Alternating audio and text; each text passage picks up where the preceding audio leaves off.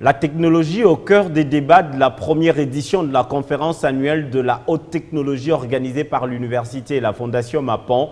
Bien avant la clôture intervenue ce jeudi à Kindu, les participants ont été à l'écoute des éminents professeurs venus de plusieurs coins du pays et de l'extérieur de la RDC pour des exposés.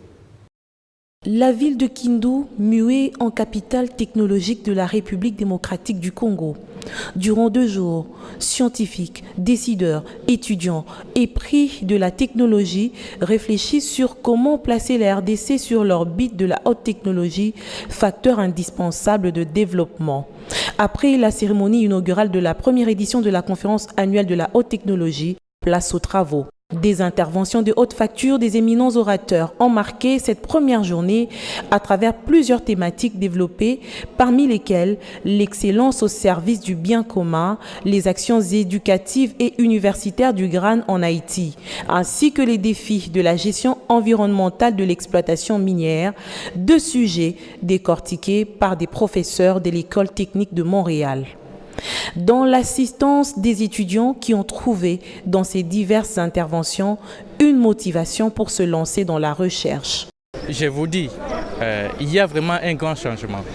Un grand changement par rapport au milieu universitaire. Si nous sommes en train d'être formés ici, c'est pour devenir excellents, mais nous devons savoir comment utiliser cette excellence-là. Au 2e jour, les travaux se sont poursuivis avec des sous-thèmes tels que l'innovation technologique et enjeux de la 5e génération des réseaux radio pour un Congo innovant. L'orateur, le professeur Michel Matalatala Delunikin, a voulu sensibiliser l'audience sur l'intérêt de saisir les opportunités offertes par le changement technologique apporté par la 5G. Un autre orateur, le professeur Soumaïli Jean, recteur de l'université Mapan, a démontré que la gestion actuelle de l'énergie électrique en RDC est loin des standards internationaux. À travers la thématique, la gestion intelligente de l'énergie électrique, la RDC peut-elle combler son gap?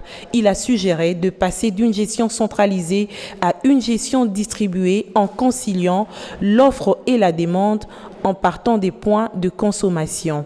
Face aux nombreux défis technologiques de la RDC, les recommandations de ces assises vont sans doute ouvrir la voie à des solutions à court et à long terme.